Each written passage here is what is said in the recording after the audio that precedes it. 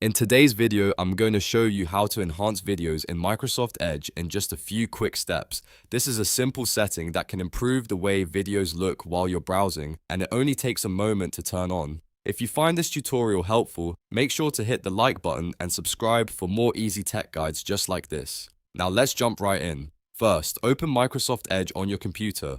Once Edge is open, look to the top right corner and click the three-dot menu.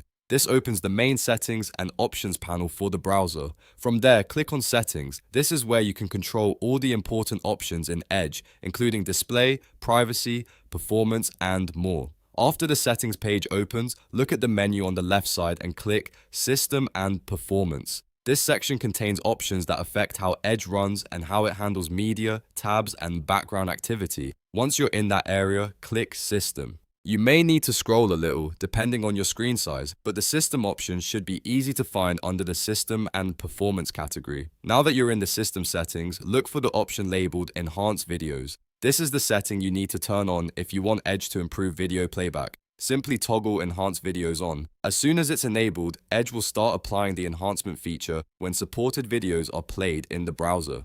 If you don't notice a change right away, refresh the page or open a video in another tab so you can check the effect. In some cases, the improvement may be subtle depending on the video quality and your device. But this setting is still useful for getting the best possible playback experience in Edge. And that's it. You've now successfully turned on enhanced videos in Microsoft Edge. It's a quick setting, but it can make a noticeable difference when watching videos online. If this guide helped you out, please give the video a thumbs up, subscribe to the channel, and turn on notifications so you don't miss the next tutorial. Thanks for watching, and I'll see you in the next one.